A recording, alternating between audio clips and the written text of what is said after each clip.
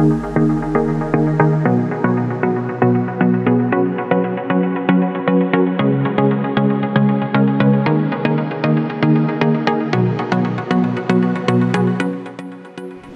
muy buenas noches a un espacio más de Social Interview. En esta ocasión nos vemos después de muchísimos meses. Habíamos vivido la coyuntura de seccionales aquí en Ecuador. Hemos pasado un proceso electoral muy novedoso en América Latina en los últimos meses y nos sorprendió Ecuador nuevamente en una carrera presidencial anticipada. Y hoy es importante poder analizar cuál es el poder presidencial y es importante aún más entender cuál es la conducta que los electores hoy por hoy están demandando en unas elecciones rápidas, cortas y totalmente novedosas. Quiero agradecer a los que hoy nos acompañan. En este caso estaremos compartiendo este panel con Francisco Montaguano, docente universitario, Jefferson Sanguña, periodista, además que ha generado toda una cadena de investigaciones de alto nivel en el Ecuador desde el periodismo de investigación. Agradecerle también a Caroline Ávile, que nos permite también poder aprovechar de su espacio de experiencia de docencia, de su conocimiento en comunicación política,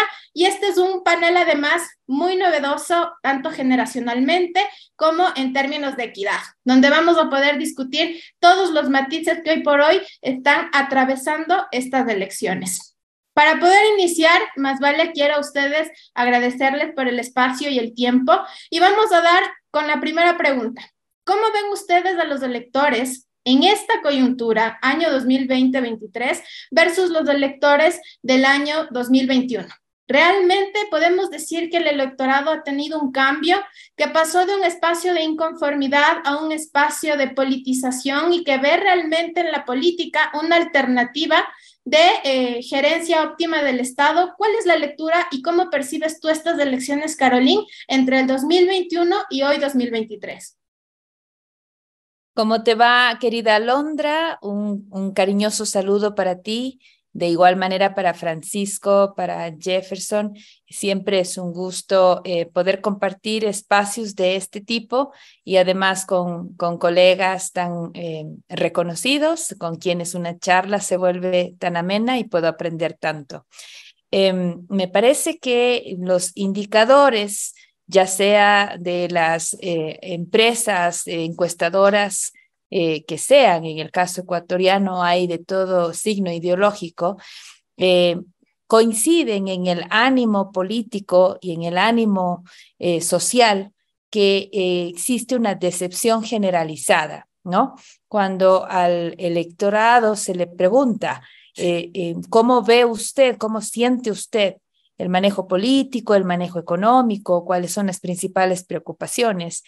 El denominador común es la preocupación en términos de inseguridad, la decepción respecto de la clase política y también el pesimismo, ¿no? El 80, en algunos el 90%, ¿no es cierto?, de la población se siente decepcionado, ve con pesimismo y cuando se le pregunta si cree que va a mejorar o empeorar, ese mismo porcentaje de población piensa que va a empeorar, ¿no?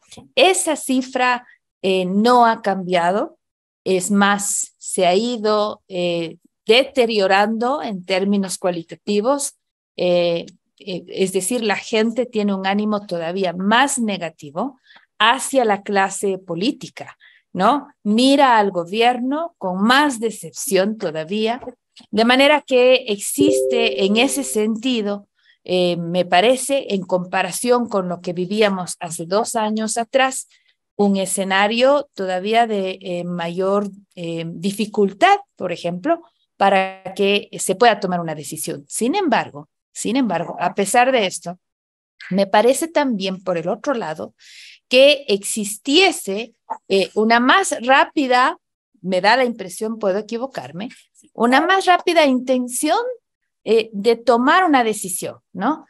Pareciera que con ese escenario la población probablemente no estaría tan inclinada a decidir, pero si se miran encuestas, al parecer diremos que el indicador que más rápido se reduce es el de la indecisión, ¿no? La gente de alguna manera está tomando una decisión.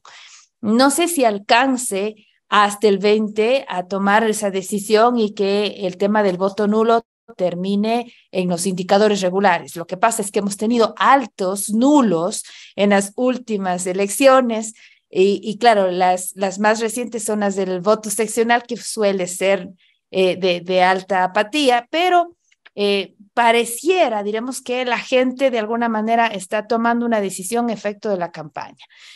Nuevamente, hago esa lectura con una distancia. En la provincia de La Suay y en Cuenca en particular, las dos últimas elecciones, me atrevería a decir en las tres últimas elecciones, querida Alondra, una de las cosas que ha sorprendido mucho a las encuestadoras y a los analistas ha sido la alta indecisión. Hasta el último, el cuencano ha tomado al final casi que por el color de la espumilla, que es un platillo que se sirve el día de las elecciones, al final del día, a ese momento decide. Entonces, eso no veo ahora. Entonces, pareciera que probablemente en estas alturas algo está pasando en la conversación electoral. Eso hasta aquí. ¿Cómo le ves tú, Jeff, en este escenario, además de que pasamos de tener más de una docena de candidatos presidenciables, una coyuntura mucho más práctica, si así lo queremos llamar, respecto a los binomios presidenciales? ¿Cuál es la lectura que tienes de esta coyuntura inmediata electoral? Bueno, yo veo dos factores y en uno de esos concuerdo mucho con Carolina, a quien saludo desde acá. Alondra, Francisco, es un gusto poder compartir también este espacio. Yo veo dos factores. Primero, nuevamente veo esta, digamos, esta polarización que va a existir entre el voto para el correísmo y el voto anticorreísta, que están tratando de fomentar eso, están tratando de compilar este voto de quienes dicen... nos unimos contra el correísmo y pues el correísmo tratando también de hacer lo suyo. Entonces yo estoy viendo nuevamente esta polarización. Ahora lo que también está mucho, mucho en evidencia es la división del voto del lado anticorreísta, si lo quieres llamar de alguna manera. Teniendo ya candidatos que han fraccionado muchísimo el voto, tienes a Otto, tienes a Yacu, tienes a Jan, tienes a Villavicencio, que al final del día yo creo que si se lograba tener algún tipo de coalición entre ellos, pues tal vez y superaban en algún porcentaje el voto o la intención de voto en contra del correísmo. Así que yo veo primero ese patrón que se repite, que ya lo veíamos en las elecciones del 2021, donde claramente pues el discurso que se manejó fue uno en función de votar en contra del correísmo o votar a favor del correísmo. Yo veo ese primer patrón. Por otro lado, al ser una coyuntura totalmente nueva, y me refiero a la aplicación del artículo de la disolución de la Asamblea que se aplicaba por primera vez en la historia a raíz de la Constitución de Montecristi, pues también tiene ciertos factores que comienzan a ser parte del análisis.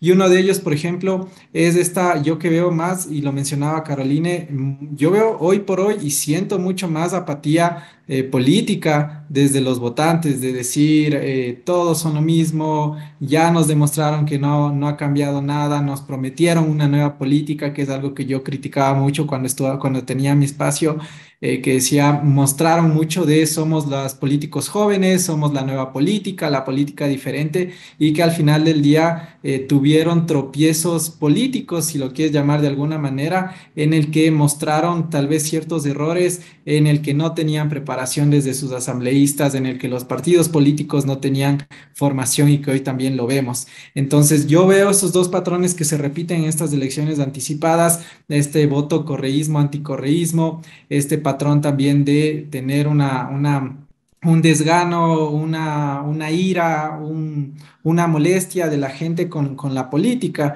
en el que dicen ya nada, o sea, ya es lo que tenemos, no se puede hacer mayor cosa. Vos hablas con las personas en la calle, con las personas, con el taxista, el señor del bus, el que está digamos, en el sector, en el tema público, y pues tienen esa sensación muy, muy negativa, sobre todo el de la Asamblea Nacional, que nuevamente vemos que son cuadros que no tienen la capacidad o que no están preparados, que no conocen de materia legislativa, que son improvisaciones a partir de los partidos políticos para tratar de salvar su partido y que no tengan una sanción, no les desaparezcan por no participar o por no poner cuadros. ves y nuevamente escuchas los rumores. Por ejemplo, yo un poco ya estoy retirado de esto, digamos, de alguna manera, de decir, oye, me llamaron a decir que si es que quería ser candidato asambleísta de X partido, y lo único que me decían es que coloque, que me dan la lista, que me dan el puesto, pero que ponga ya a alguien de alterno también para que trabaje, porque no tenían cuadros. Entonces me decían, no tengo la preparación, pero sí te demuestra mucho de esta improvisación a último momento, de no tener cuadros, de ver cómo partidos de años recurrieron a cuadros nuevos, a cuadros que no estaban dentro de su formación política y que pues les ha costado repercusión. Y cierro con esto. Si nosotros vemos, por ejemplo, lo que sucedió con la llegada de Henry Cucalón al gobierno, te demuestra mucho esta no preparación o este desgano o esta falta de formación política que existía. El Partido Social Cristiano, teniendo una escuela muy, muy buena de formación política, al final del día se lo llevaron, creo. O sea, Henry Cucalón se llevó medio Partido Social Cristiano de las juventudes a trabajar en el Ministerio de Gobierno. Entonces te das cuenta también cómo se van moviendo las fichas ahí, pero yo resaltaría esos dos factores en estas elecciones anticipadas. Acabas de abordar algo importantísimo, la lógica de partidos. Ujú. Versus lo que tuvimos en el 2021 a lo que tenemos hoy, la dinámica partidista no ha cambiado, siguen siendo espacios de comercialización de candidatos, no hay una formación. ¿Cuál es tu lectura, Francisco, de esta primera ronda entre lo que vivimos y lo que hoy probablemente estamos a días o semanas de volver a replicar? Bueno, buenas noches con todas y todos. Un saludo a Golden y a la SOA y a Carolina. Un gusto estar aquí compartiendo este espacio virtual. Un halago además porque nos encontramos a veces en estos procesos electorales y de igual forma a Jefferson que hace un gran trabajo desde el ala periodística.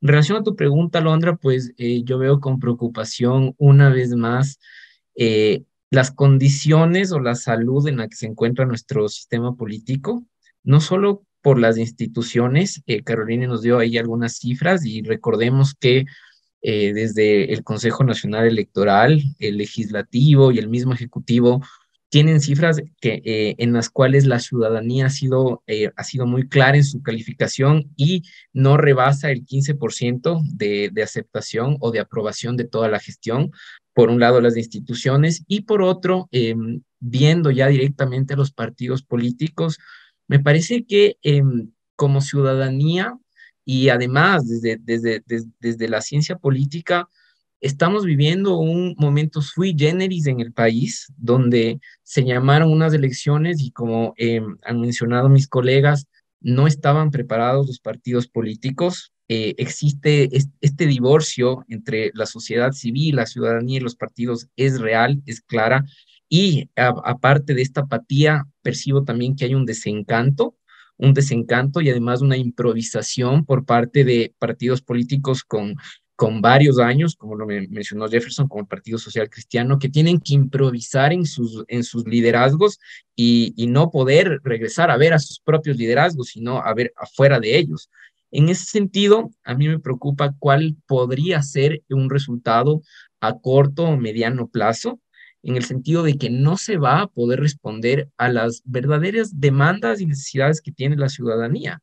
Y por eso tenemos en muchos espacios discursos demagogos, discursos que además no responden, por ejemplo, a una realidad o a un problema estructural. Estoy hablando específicamente de la violencia en nuestro país. Si ustedes pueden revisar algunos planteamientos de varios candidatos, pues lo pongo a Jan Topic, lo puedo poner también a Otto Sonnenhorstner, que buscan agravar este sistema punitivo cuando la misma recomendación de la Corte Interamericana de Derechos Humanos dice claramente lo contrario.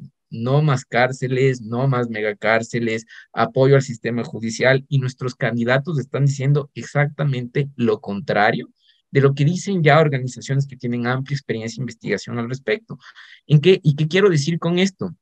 Para terminar como mi intervención, que vemos de nuevo esta improvisación y se agudiza esta apatía que tiene la ciudadanía, que se ve de una u otra forma obligada a escoger asambleístas cuando tienen un desencanto a lo que es el rol legislativo, cuando tenemos una afectación en el liderazgo del Ejecutivo y en mediano plazo, no sé si en corto plazo, no sé qué va a ocurrir en nuestro país. Y es importante abordar, más allá de la medición colectiva que nosotros le estamos dando, hay dos nichos importantes que electoralmente van a marcar el futuro del Ecuador del próximo año, 5 meses de gobierno. Y esos nichos se han vuelto nichos indispensables a la hora de hacer comunicación política, difíciles de ganar y muy complejo de coercionar. No sé cómo tú ves, Jeff, en este sentido, a esta población millennial y centennial, que es la población electoral de mayor preocupación, de mayor necesidad, pero que tiene sus propias demandas. ¿Habría forma de categorizarles como apolíticas? ¿Cómo ves la participación de los jóvenes en estas elecciones? A ver, yo en el tema de siempre los jóvenes de cómo pueden llegar los políticos y ahí un poco más de claridad nos podrá dar Caroline, que tiene una lectura mucho más fina en esto. Yo creo que se está tratando mucho de subestimar a la población que nos llaman jóvenes o que se conocen como jóvenes, ¿no? En el que nos subestiman diciendo, ah, si bailo bonito en TikTok, si hago un trend en TikTok, ya tengo el voto de ellos, algo que trató de replicar Javier Hervas en estas elecciones y que vemos que no lo está consiguiendo.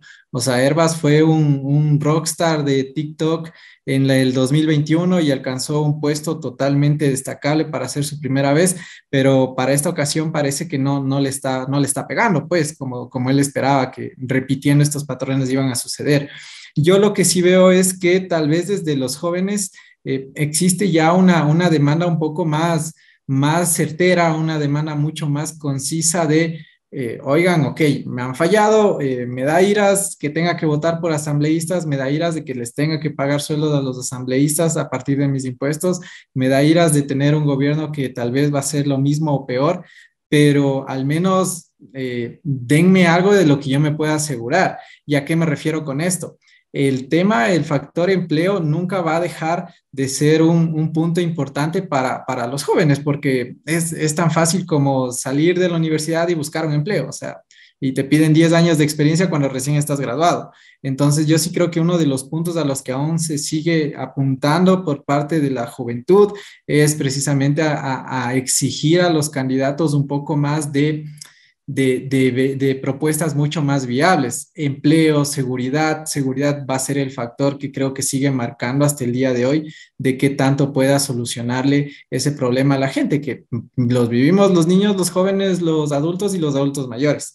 Entonces, yo lo veo por ahí, yo veo que tratan de los candidatos mucho de subestimar, sí creo que la inteligencia de nosotros los jóvenes de tratar de convencernos con un TikTok cuando creo que las propuestas deberían aterrizarse un poco más. Incluso leo, por ejemplo, he visto de los candidatos que han ido a la UES, que me parece un ejercicio interesante, de los mismos asistentes de los mismos estudiantes universitarios diciendo, oigan, este es el resumen de lo que dijo Fernando Villavicencio, este es el resumen de lo que dijo Jan Topic, y a partir de eso empezar a cuestionar, que algo así yo no lo vi tan plasmado en el 2021, yo aquí lo veo un poco más evidente de decir, esto vinieron a decir y al final del día me invento. En lo que se enfocó Fernando Villavicencio fue en decir que el correísmo es la peor plaga y hay que eliminarlos. O sea, ya se ve tal vez un poco digamos, de crítica, un poco más de cuestionamiento a lo que están haciendo. Y yo ya no veo que tal vez la solución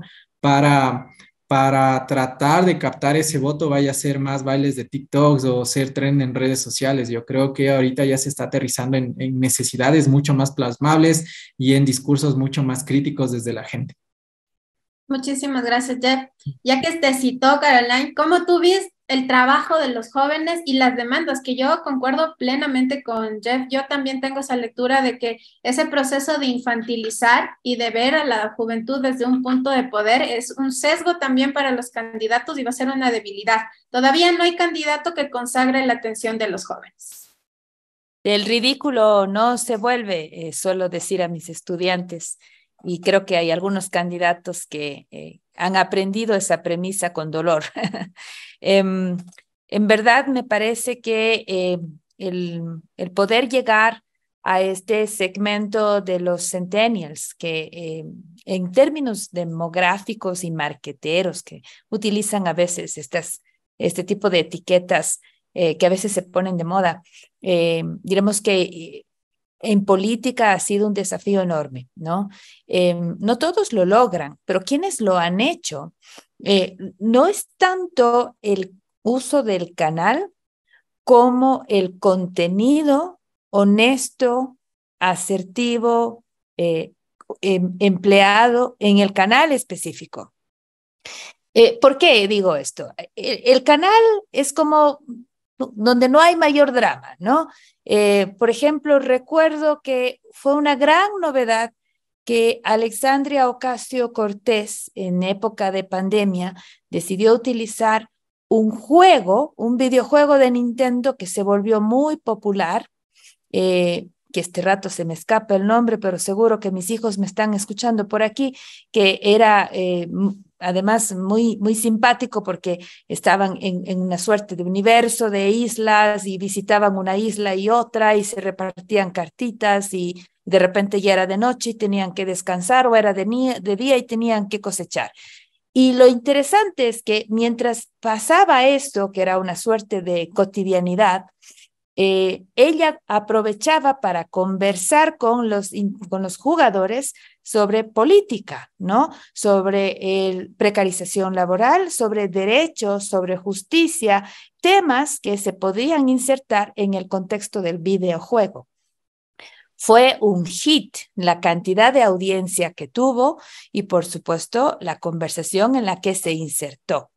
Son muy populares, son muy conocidos sus lives, pero he ido variando también, no es que sea estancado en ese tipo de actividad.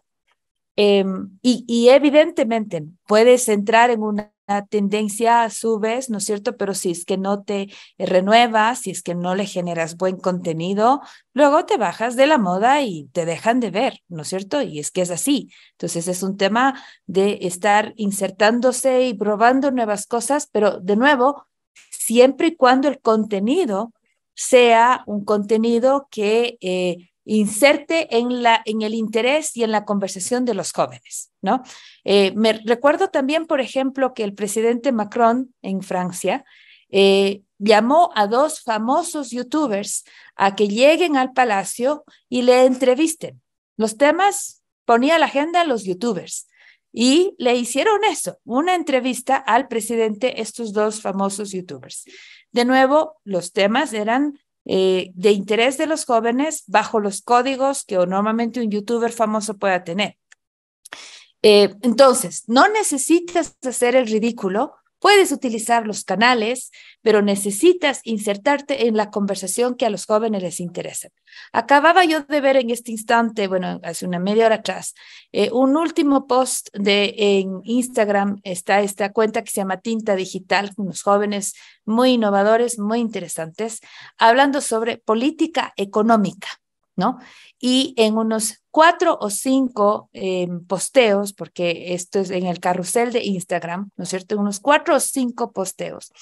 Tratan de dar cuenta sobre cómo explicar política económica y cómo los jóvenes, adolescentes y jóvenes que están mirando Instagram deberían cuestionar a los candidatos sobre sus propuestas en política económica, pero utilizando el lenguaje coloquial que les permita de alguna manera entretenerse con profundidad. Y como ellos mismos dicen, no con vanos comentarios como los que te dijo tu ex, ¿no? Cosas así le vuelve entretenido sin hacer ridículos. Creo que eso le falta al político, pero ¿por qué le falta? Porque todo el tiempo hace política desde el postureo, desde el acartonamiento, no desde el honesto mensaje, porque eso no sabe hacer. Entonces, cuando tiene que llegar a hablarle a los jóvenes, no sabe cómo hacerlo, porque tiene que ser honesto, tiene que ser natural, y eso ya les cuesta.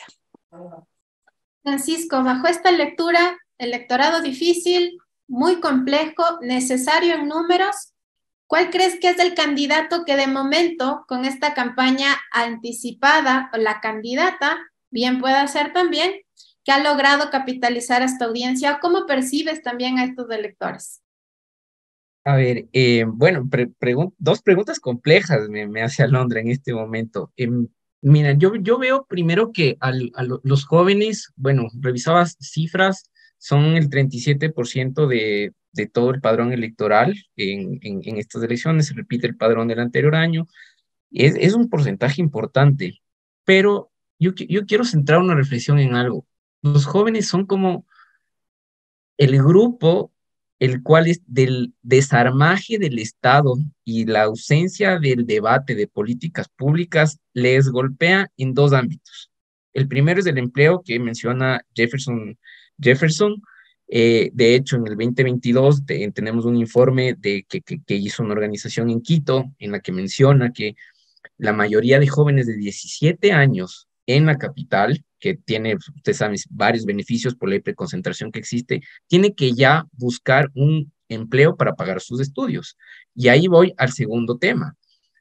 Los y las jóvenes están enfrentando la grave necesidad de tener que estudiar y estudiar en institutos o en universidades que son en su gran mayoría, más del 50% privadas y que requieren autofinanciamiento. Entonces, fíjense cómo esta política pública y el desarmaje en varios sectores del Estado, acuérdense que además el presidente Lazo tenía entre uno de sus discursos la eliminación del CENESID, que dando gracias a Dios no se vio, pero ahí tenemos el ejemplo, cómo les golpea a los jóvenes, ¿no? En ese sentido, volviendo a tu pregunta, pues yo percibo que una de las campañas que como que intenta articular todas estas necesidades de derechos que engloban a los jóvenes y derechos en el amplio sentido de la palabra, inclusive aquí me atrevo a decir, en cierto modo, incluso derechos sexuales que unen a cierto sector juvenil y además busca apelar a este discurso de Estado, es la campaña de Luisa González con el correísmo y aprovechan este frame y estos marcos de significación que se sembraron durante más de 10 años para tratar de refrescar la memoria y tratar de generar esta repolitización a la necesidad de Estado y a la necesidad de derechos. No quiero decir con esto que la veo claramente como ganadora, claramente no, pero digamos que percibo esta ventaja de la politización al Estado, a las políticas públicas de los derechos que puede generar una intersección en el grupo juvenil. Abordaste un tema importante, más allá de, claro, cómo vaya a perfilarse ya el voto el 20 de agosto, el correísmo mostró su fortaleza tanto en su militancia en territorio, tiene todo un sistema a partir de alcaldías, prefecturas y concejalías que permite tener una exposición de su mensaje, que es un primer beneficio que no tiene el resto, y segundo, también logró capitalizar de alguna forma propuestas en una narrativa muy simple que en cambio es difícil entender, por ejemplo, a Villavicencio con su propuesta de ley de extinción de dominios, que ya de por sí el término es complejo, apela a una audiencia que maneja otro tipo de conocimientos y estándares educativos, a que tengas a la Revolución Ciudadana con un discurso de lo hicimos una vez, lo volveremos a hacer, más escuelas, más educación, más trabajo. Simple y sus tres palabras también evocan mucho esa conceptualización. Ahora te pregunto, Francisco, si tú tuvieras que hoy dar algún pronóstico del top 4 de los candidatos, ¿cuál sería tu top 4 de candidatos que han logrado tener una presencia significativa, tanto en territorio como en lo digital? Porque muchos analistas han establecido que esta es una campaña en redes, que más del 60% tendrá que concentrarse porque no hay tiempo para hacer una campaña en territorio tradicional. Y eso habrá que discutirlo, porque los candidatos ya desde la muerte cruzada, algunos han recorrido el Ecuador y otros más vale desde el 10 de junio con su postulación, también lo han ido haciendo. Pero si tuvieras que dar un top 4 de candidatos que probablemente tendrían un escenario de posicionamiento favorable, ¿cuál sería tu top 4 de candidatos? Bueno, ahí me voy a centrar un poco, voy a partir de las encuestas y tratar de sacar un promedio de las encuestas últimamente, pero viendo el trabajo en territorio y el trabajo también en redes sociales, Creo que en el primer lugar está pues Luisa González por toda la experiencia de las personas y del equipo que está detrás, cómo mueven varios de sus medios de comunicación, cómo visitan y tratan de abarcar gran parte del país, ¿no es cierto? Con esta experiencia que tienen, ella en primer lugar. En segundo lugar, me arriesgo a ponerle a Yacu Pérez. Con su bicicleta y caminando pues por varios sectores, me parece que el hecho de que logró este tercer lugar de votación y muy cercano a Guillermo Lazo en el 2021 nos hace regresar a ver. En tercer lugar le veo a Otto Sonnenhorner, que también busca alrededor de esa imagen que pese a que tiene cierto negativismo con el pasado de Lenín Moreno, pero veo ciertos elementos carismáticos. ¿Sí? Y en cuarto lugar, curiosamente me llama a veces la atención el trabajo que hace con ciertos puntos de la sociedad civil Fernando Villavicencio tratando de plasmar este tema del anticorreísmo, pero con el inconveniente de que muchas veces la denuncia se queda solamente en un elemento negativo que en campaña política, y ahí Caroline y Jefferson pues claro, tienen amplio conocimiento en esto, es complejo volverle positivo al mensaje. Eso, Alondra. Ahora, Caroline, tu top 4 de candidatos. ¿Cómo ves esas campañas? Ya nos has ido contando también brevemente entre la tendencia de los electores, esta deficiencia en poder jalar a un electorado duro, pero también complejo. ¿Cómo categorizarías tu top 4 de candidatos en esta coyuntura? Coincidiendo con tu lectura sobre la fuerza en las redes sociales, sobre todo por el poco tiempo que tiene esta campaña, es verdad también que, como lo mencionó Francisco, las candidaturas que tengan, sin embargo, de esto que es una gran verdad, las candidaturas que tengan la capacidad de ejercer presión en tierra y en aire, seguro van a tener mejor desempeño. Es decir, un buen control de redes, una muy buen performance en la conversación digital, pero también un buen manejo del territorio, una muy buena presencia física, si no propia, al menos con una maquinaria que haga que tengan esta capacidad de interacción de la marca, del mensaje y por supuesto de la candidatura, les va a ir mejor. En ese contexto, me parecía a mí que la maquinaria de la Revolución Ciudadana, pues qué duda cabe, ha hecho grandes esfuerzos por reavivar su base y ese es, por ejemplo, el resultado de una iniciativa que fue bastante criticada, sobre todo desde ciertos sectores, que es la campaña de los borreguitos o de las ovejitas, según como usted la quiera llamar, porque no es que arrastra ni un solo voto nuevo, solamente lo que hace es insistir en los votos que ya se supone que eran del correísmo, pero los reaviva, los remueve porque los necesita activados, conversando, moviendo el territorio, porque a eso apela, ¿no es cierto? Entonces, he visto en algunas encuestadoras preguntando, ¿le gusta la campaña de los borreguitos? Creo que esa no es la pregunta.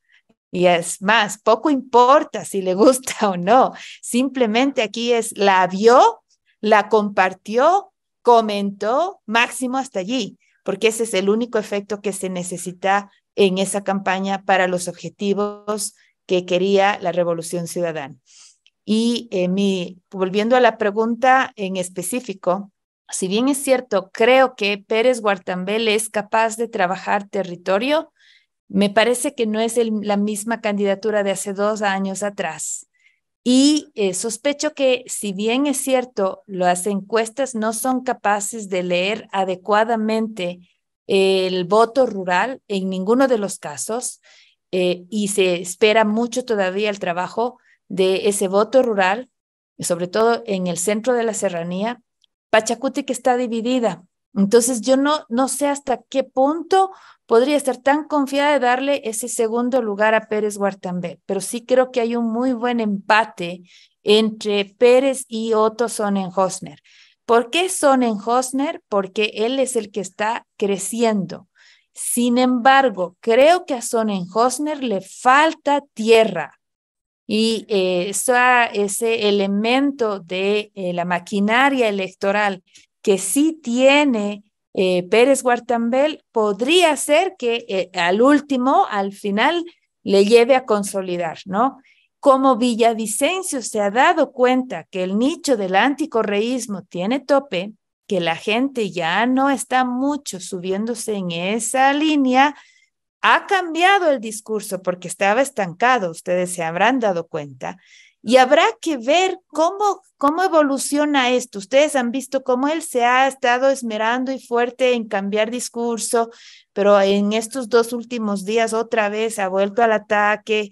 Yo todavía quisiera esperar a ver ahí en esa dinámica qué pasa en el debate, para ver si es que o Villavicencio termina de estancarse y pierde esos votos que probablemente se trasladen hacia Sonnenhosner, o siguen peleándose los dos esos votos. Cualquier cosa que pase entre Villavicencio y Sonnenhosner será como que entre los dos nada más, y todo al final terminará favoreciendo a Pérez Guartambel. Entonces, solo dudo entre segundo y tercer lugar que Francisco planteó, y dejaría en el cuarto a Fernando Villavicencio. Pero insisto, me quedo con esa duda, además con un agravante: Pichincha, Quito en particular. Quito todavía tiene alta indecisión, es de las ciudades que tiene más alta indecisión.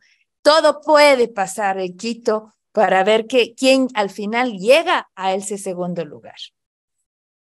Jeff, te tocó la tarea más difícil. Entre estas dos predicciones, entre estos dos pronósticos, ¿cómo lees tú el top 4 de los candidatos?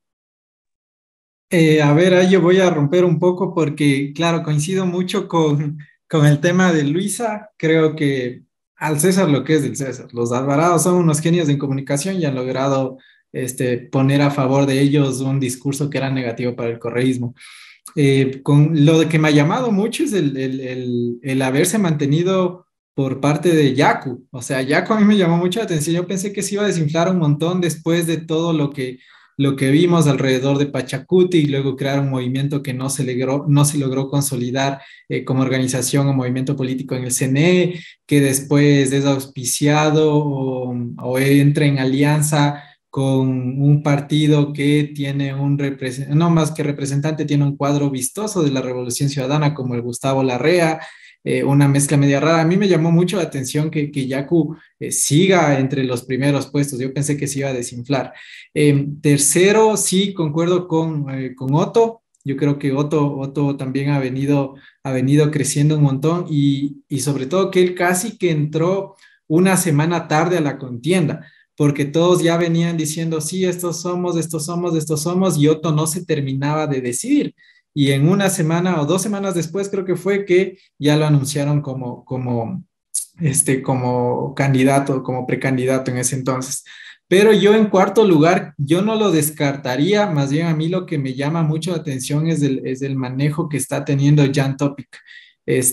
Puede que, claro, sea muy, muy, muy populista en ciertos discursos, pero a mí al menos, yo te digo, del círculo de jóvenes aún que somos, de mi círculo, les llama mucho la atención, y a mí también me llama mucho la atención su manera de enfocar su discurso en el tema de seguridad, haciendo estos videos que a mí me parece, pucha, la segunda parte de Paso Plomo por poco, de Jan yendo a la frontera, de mostrar cómo está el negocio del narcotráfico, de ver cómo los jóvenes lamentablemente en Guayaquil están incursionando más en el consumo. Entonces a mí esos productos a mí sí me han llamado mucho la atención, de ver tal vez a alguien que se apersone en este discurso de seguridad, porque si ves, todos han estado hablando alrededor de sí, vamos a combatir la inseguridad, vamos a combatir todo lo que estamos viviendo, pero yo al único que le he visto realmente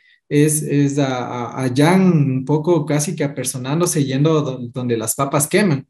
Hace poco veía igual un reportaje de Coavisa en el que decían que por ejemplo, los candidatos tenían miedo de entrar a Esmeraldas y el gobernador de Esmeraldas, Félix Andrazo, decía que no se les iba a poder proporcionar al que quiere entrar, no se les iba a poder proporcionar, por ejemplo, seguridad desde la gobernación, porque no alcanza, porque en Esmeraldas necesitan más seguridad a partir de los policías. Entonces, yo no le descartaría a Jan Topic, puede que me equivoque, evidentemente, pero también a mí me llamó mucho la atención, yo lo descartaba a Javier Herbas en el 2021 y mira tú cómo quedó en cuarto lugar. Jan, yo creo que Jan puede inflarse un poco más, tal vez, no sé si es que ya alcanzó el techo, yo creo que el único, tal vez, la piedra en el zapato que siempre va a tener Jan es este desgaste de imagen política que ha tenido el Partido Social Cristiano, en el que apoyaron ya al actual presidente, en el que la gente dice, oye, tú apoyaste al actual presidente y pues mira cómo nos fue. Entonces yo lo veo que tal vez por ahí, no, como te digo, puede que me equivoque, porque he visto algunas encuestas en que a Topic lo han puesto incluso por detrás de Bolívar Armijos, de ahí he visto otras en las que ya le ponen entre un quinto y un cuarto. Yo creería que si es que su comunicación empieza a reforzarse a partir de este discurso de seguridad, que es lo que la gente está pidiendo a gritos, tal vez y podría inflar sus números hasta la última semana. Yo no lo descartaría. Yo de Fernando Villavicencio dudaría un poco. Puede que también peque ahí de inexperiencia en la lectura más fina de la política, pero yo creo que Villavicencio se va a desinflar de a poco por seguir con este discurso repetitivo de anticorreísmo, que yo creo que en la gente ya ha dejado de pegar, al menos yo lo he visto así, como que la gente dice, ya estamos hartos de que correísmo, anticorreísmo, necesitamos a alguien que nos venga a solucionar y punto. Entonces yo lo voy a ver por ahí, por eso decía, voy a romper un poco lo que decían Francisco y Caroline, pero yo lo veo por ahí, veamos qué pasa, pues puede que también me equivoque como pasa a veces. De mi lado quiero compartir uno de nuestros últimos informes. Como saben, nosotros nos dedicamos a hacer el rastreo y la medición de redes sociales. Este informe que ustedes están viendo en pantalla es un informe generado del 29 de junio al 14 de julio y marca una tendencia de los últimos 15 días, ya con la coyuntura de Luisa González en firme como candidata y del resto de los candidatos. ¿Qué dicen las redes sociales respecto al posicionamiento electoral? Aquí coinciden con muchos de ustedes y también obviamente tendrán variaciones novedosas. En el caso de Luisa González, en efecto, es la primera candidata con un posicionamiento positivo, es decir, es una candidata que no baja del 50% de comentarios aparentemente orgánicos hacia su imagen. ¿Cuál fue el punto más importante de Luisa González en los últimos 15 días? El video del 7 de julio lanzado en TikTok, donde ella responde al medio de comunicación Ecuador Play respecto a haberse graduado del colegio a los 23 años y después haberse graduado de la universidad años más tarde, generó una línea de empatía con los electores y con mucha gente que, aunque no se profesaba correísta, vio un punto bastante complejo a la hora de generar un ataque a la candidata, ¿no? Y eso fue muy novedoso en la conversación digital. En segundo lugar está Fernando Villavicencio, y en el caso de Fernando Villavicencio, uno de los hitos digitales más importantes de esta última quincena fue un video también de TikTok en el que sale con un sombrero y dice, estamos listos con Don Villa. Y esta caracterización narrativa que pasó del discurso de corrupción y de la fuerza del candidato valiente, una narrativa muy parecida a la que usó Jessica Jaramillo, ¿no? La alcaldesa valiente, y ahora la vemos repetir en Fernando Villavicencio valiente, no logró empatar mucho con los electores y resulta que uno de estos primeros posteos como Don Villa y esta narrativa un poco más cercana, más familiar, le permitió exponer también otro tipo de mensajes que no están solo en la corrupción o en este tema de sus propuestas a nivel legislativo, sino abordar temas como educación, libre ingreso, que ha sido mucho del discurso de esta última semana. En tercer lugar, coincidirá esta data con lo que dice Jefferson respecto a Jan Topic. Ecuador sin miedo, su narrativa y su microserie tipo Netflix de contar qué es lo que está pasando en términos de seguridad en el país, le dinamiza sobre todo una exposición importante en la red social de Instagram, Instagram y en TikTok. Luego viene Otto Sonnenhosner y luego aparece evidentemente Yaku Pérez. El momento importante de la esfera digital de Yaku y Otto es concretamente el día lunes 8 de julio, en el que generan un ataque simultáneo. Yaku le dice a Otto que él es el candidato del morenismo y Otto le responde a Yaku que es el candidato del lacismo. En esta dinámica, la conversación de hecho fue un tanto más negativa y ahí ustedes encontraban que además en esa fecha sortearon muchas encuestas que posicionaban a Yaku en segundo lugar y en tono satírico las redes sociales empezaron a viralizar una imagen de Manuela Pic con su primera pareja aquí en Ecuador, en la que decía, en efecto, Yaku es del segundo. Entonces, de esa manera satírica, es un ataque entre ambas estructuras en redes sociales que les permitió tener una exposición y de alguna forma consagrar después una narrativa positiva de los usuarios en redes sociales. Así está el panorama de las redes de momento con la valoración de los últimos 15 días y con esto quisiéramos, Vale, cerrar para que ustedes me comenten qué es lo que nos ha contado de estas elecciones o cuál creen ustedes que será el dato que quedará para la historia de las elecciones presidenciales 2023. Y arranco obviamente con Caroline. A mí siempre me ha llamado la atención cómo esta interesante observación, monitorización que hacen ustedes de la conversación digital y cómo esto va cobrando fuerza, ¿no? Cómo va cobrando importancia, sobre todo en procesos tan cortos como este, ¿no?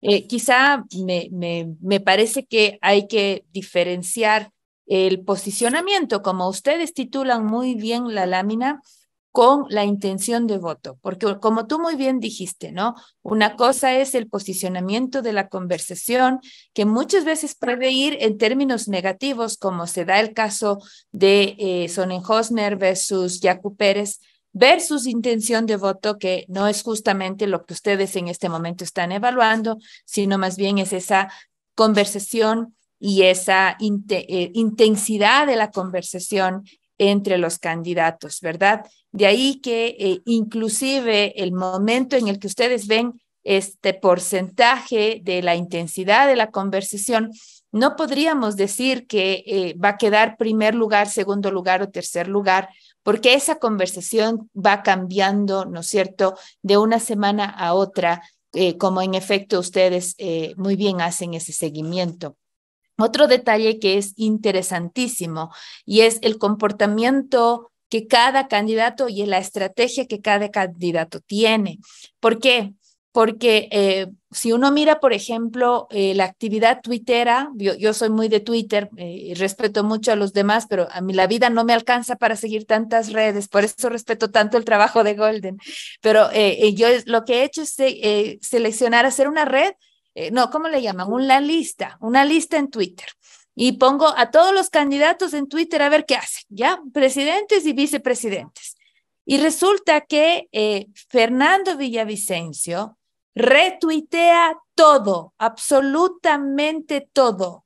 Entonces, es una actividad fortísima la que él tiene en comparación con los otros candidatos que hacen un uso mucho más estratégico, tienen una conversación o retuitean, pero sí, por ejemplo, la Luisa González le retuitea a Rafael Correa, por ejemplo, o el Otto Sonnenhosner se retuitea con su candidata a vicepresidenta, la Erika, qué sé yo, pero no, Fernando Villavicencio retuitea absolutamente todo.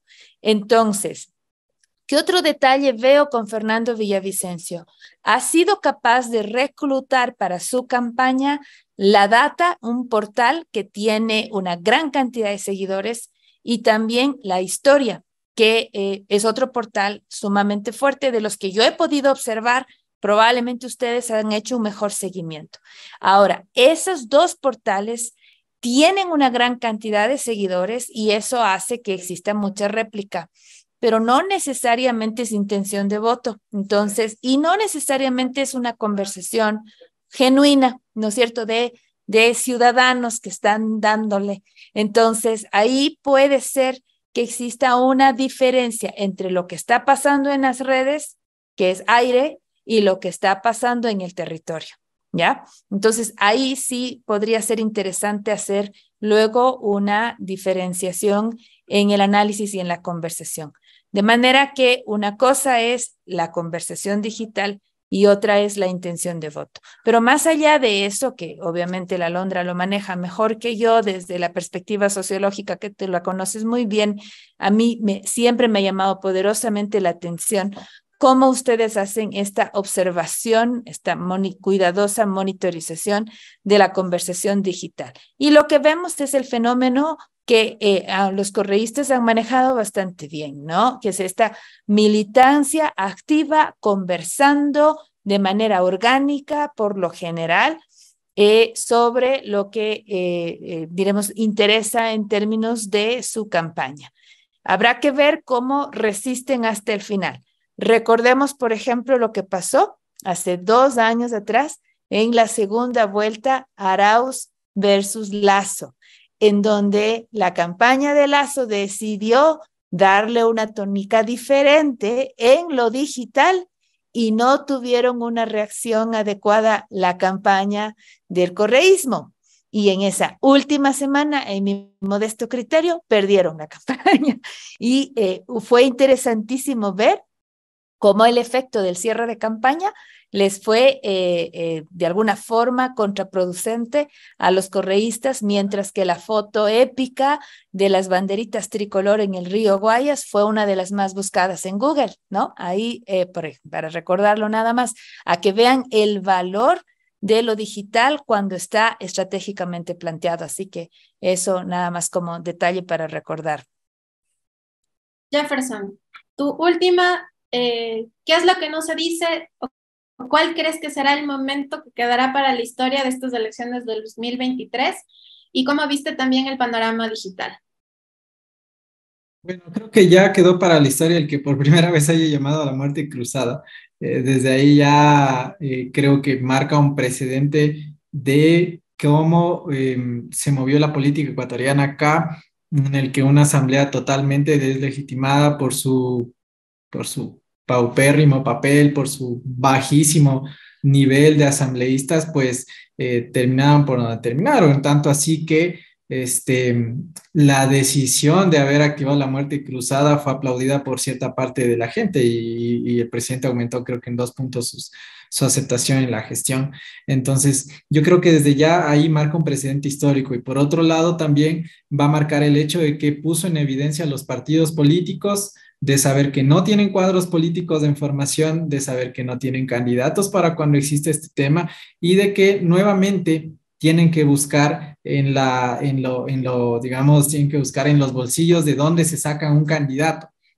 Tanto así que vemos que muchos de ellos, por ejemplo, van a repetir cuadros o que se han llamado nuevamente a personajes involucrados en el ámbito público, no necesariamente que tengan la capacidad, sino que basta con ser conocidos.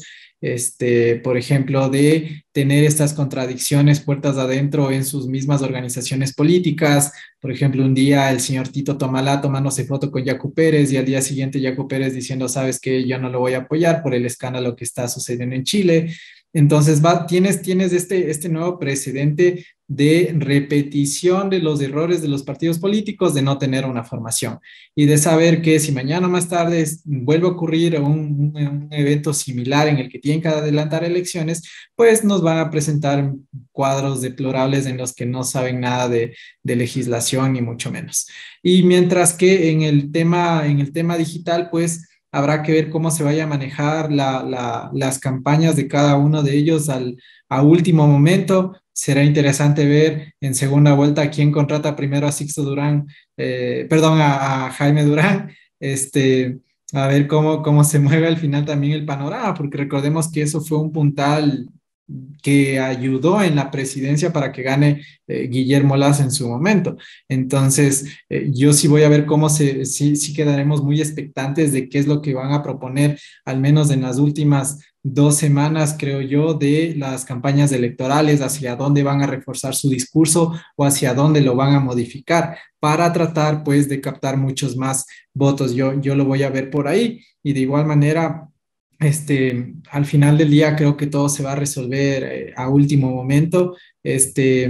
Carolina decía que, por ejemplo, en el Azuay estaban como mucho más delimitados de por quién o qué candidato van a apoyar. Acá en Quito todavía la indecisión sigue siendo enorme y pues al final del día será un factor importante ver cómo se van manejando por ahí, pero lo veo por ahí. Coincido mucho con Carolina de que el tema digital se va a mover a cada rato. O sea, yo no me fío mucho de estos escenarios que se presentan porque cada semana puede que ya sea incluso trend, puede ser ya trend del señor Bolívar Armijos. Y vamos a decir que va a estar primero en las encuestas, entonces yo creo que eso se va a modificar muchísimo también.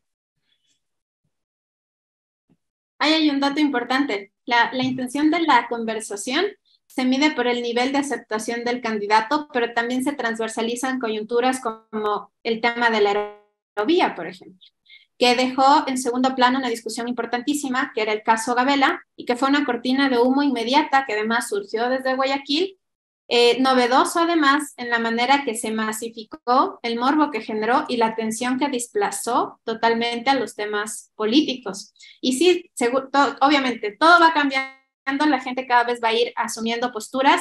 Francisco, ¿cuál crees que fue ya al cierre? Y con esto les agradeceré por el espacio también. ¿Cómo ves el hito más importante de estas elecciones 2023 y el margen y la importancia o el rol que podrían tener las redes sociales? Bueno, yo creo que uno de los puntos más importantes es cómo los diferentes candidatos van a poder sumar a su liderazgo atributos positivos que permitan conectar con la ciudadanía en general. Y si esta conexión se da a partir de elementos de creatividad, por ejemplo, que me parece que algunas de las candidaturas ya presentan, van a poder cautivar a la ciudadanía, sobre todo en un escenario donde hay el tema de la delincuencia, por ejemplo, de la inseguridad, de la desconfianza. Entonces, en ese sentido, creo que es muy, muy necesario que esta creatividad y en ese sentido la estrategia política va a ser clave para que los diferentes candidatos muestren que pueden resolver los diferentes inconvenientes.